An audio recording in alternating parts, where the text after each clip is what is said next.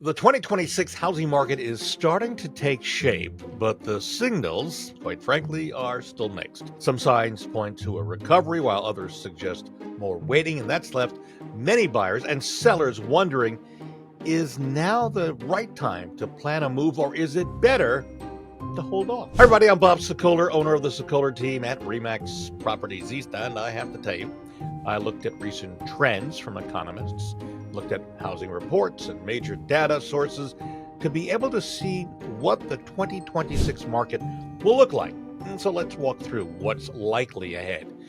Let's start with number one, modest growth, not wild swings in home prices. In 2026, home prices are expected to rise, but don't expect the same kind of double-digit growth we saw during the pandemic year. According to Zillow's adjusted forecast, national home values could climb by around 0.4% from the mid-2025s to mid-2026s. That's a slow pace, but it's still a positive pace, right? The reason, well, housing demand remains solid, especially in metro areas where population growth and job expansion are driving local markets like Louisville and southern Indiana. And at the same time, affordability continues to be a challenge. Some overheated areas may see slight price declines or flattening, giving buyers some breathing room. This could be a window of opportunity for those of you who've been priced out previously of the buyer's market. Overall, the market appears to be leaning towards balance rather than boom or bust, especially in mid-sized cities and affordable suburban markets like Louisville and southern Indiana. All right, let's go to number two on my research. Sales activity set to rebound if rates improved. Yeah, that's a big one. After a slow 2024 and 2025, many experts believe 2026 could be the year sales activity picks back up. Experts project a potential 14% jump in the home sales next year, assuming mortgage rates ease, and that's what we're seeing. They're potentially going to ease. Some are also forecasting, those are the experts, a nearly 10% increase in existing home sales driven by buyer demand. I think that may be the big key, how much buyer demand will be there, and I think that relates back, of course, to interest rates.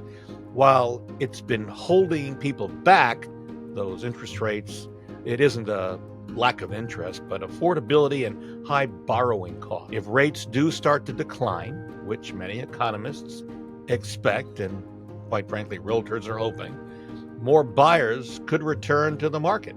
This shift would be welcome news for sellers too, especially those in desirable neighborhoods with limited inventory. If rates stay high or economic uncertainty continues, the rebound could stall, meaning that rate movement will shape next year's momentum. All right, that brings us to number three, which is inventory and buyer power. And one of the biggest factors influencing the market in 2026 is inventory. Right now, many homeowners are sitting tight, holding on to historic low interest rates from past years. It's only expected. You got a 3% rate. You're not going to trade that for a 7% rate.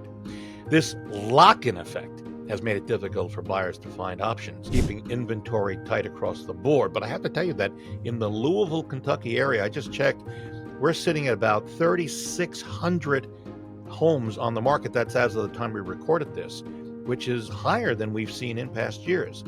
And all of this may start to shift as rates gradually come down. More sellers may re-enter the market, either to upsize, downsize, or just relocate. More listings would give buyers more choices and more time to make decisions. At the same time, sellers will face increased competition, especially if their homes aren't priced right or well prepared for today's cautious buyers. Even small updates like fresh paint or a pre-listing inspection could in fact make a big difference.